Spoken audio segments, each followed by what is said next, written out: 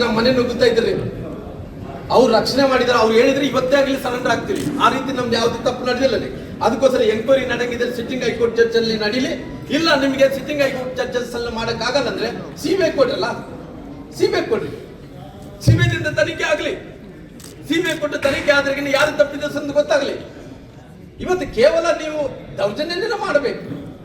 ದೌರ್ಜನ್ಯ ಬಿಟ್ಟರೆ ಬೇರೆ ಏನು ಗೊತ್ತಿಲ್ಲ ಅಂದ್ರೆ ನಾವೇನು ಹೇಳಕ್ ಹೋಗುತ್ತೆ ನೋಡ್ರಿ. ಇವತ್ತು ನೀವು ಜಗಳ ಮಾಡಕ್ಕೆ ಪ್ರಾರಂಭ ಮಾಡಿದಂತ ಟೈಮಲ್ಲಿ ಇವತ್ತು ಜನಾರ್ದನ್ ರೆಡ್ಡಿ ಅವ್ರನ್ನ ಇವತ್ತೇನಲ್ಲ ನೋಡ್ರಿ, ದಿನನಿತ್ಯ ನೀವು ಗೆದ್ದಾಗಿನಿಂದ ಇವತ್ತು ಜನಾರ್ದನ್ ರೆಡ್ಡಿ ಅವ್ರನ್ನ ಟಾರ್ಗೆಟ್ ಮಾಡಿಕೊಂಡು ಹೋದ ಕಡೆ ಎಲ್ಲ ಕೂಡ ತೊಂದರೆ ಮಾಡ್ತೀರಿ.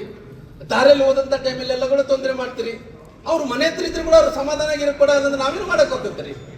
ನಾವು ಎಷ್ಟು ದಿನಗಳ ಕಾಲ ಕೈ ಕಟ್ಕೊಂಡು ಕೊಡಕ್ಕಾಗುತ್ತೀರಿ? ಹಂಗಾಗಿ ಕಾರ್ಯಕರ್ತರೆಲ್ಲರೂ ಕೂಡ ಸೇರಿದಾರ. ನಮ್ಮ ಪಾರ್ಟಿ MLA ರೀ, ಫಸ್ಟ್ ಆಫ್ ಆಲ್ ನಮ್ಮ ಪಾರ್ಟಿ MLA ರೀ, ಅವರು ನಮ್ಮ ನಾಯಕರಿದಾರ್ರಿ. ನಮ್ಮ ಕಲ್ಯಾಣ ಕರ್ನಾಟಕ ಭಾಗದಲ್ಲಿ ಒಬ್ಬ ನಾಯಕರಿದಾರ್ರಿ. ಅಂತ ಸಂದರ್ಭದಲ್ಲಿ ನಮ್ಮ ಪಾರ್ಟಿ ನಮ್ಮ ಅಧ್ಯಕ್ಷರನ್ನ ಅನಿಲ್ ಸೇರ್ಕೊಂಡು ನಾವೆಲ್ಲರೂ ಕೂಡ ಪಾರ್ಟಿ ಪರವಾಗಿ ನಮ್ಮ ಶಾಸಕರ ಪರವಾಗಿ ನಿಂತೀವ್ರಿ. ನಮ್ಮ ಮಾಜಿ ಶಾಸಕರು ಎಲ್ಲರೂ ಕೂಡ ನಿಂತೀವ್ರಿ. ಏನ್ ತಪ್ಪೇನಿದೆ ರೀ?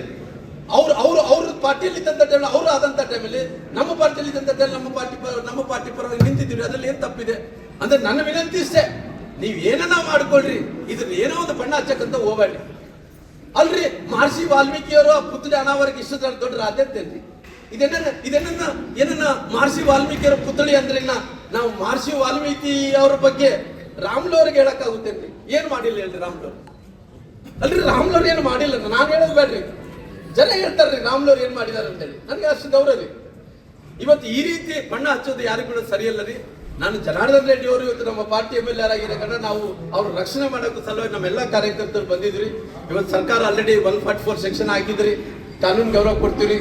ಯಾರು ಕೂಡ ಬಹಳ ಗುಂಪು ಆಗಲ್ಲ. ಇವತ್ತು ಪತ್ರಿಕೆ ಹೇಳಿಕೆ ಅಂತೇಳಿ ಎಲ್ಲರೂ ಕೂಡ ಮಾತಾಡ್ಸಕ್ ಬಂದಾರ. ನಿನ್ನೆ ನೋಡಿದಾರ.